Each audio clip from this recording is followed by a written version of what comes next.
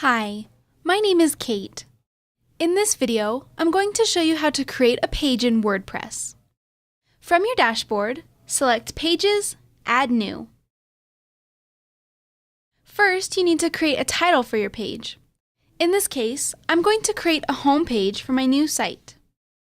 Next, use the editor to add content for your page, including text, images, and any other media.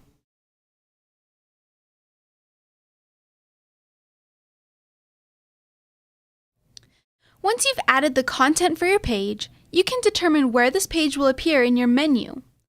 Go to the Order section of the Page Attributes. Since this is my home page, I'm going to leave it at 0, but you can customize this depending on where you want your page to appear. Once you are finished, click Publish. You can then view the page on your site to see how it looks. And there you go! That's how you would create a page.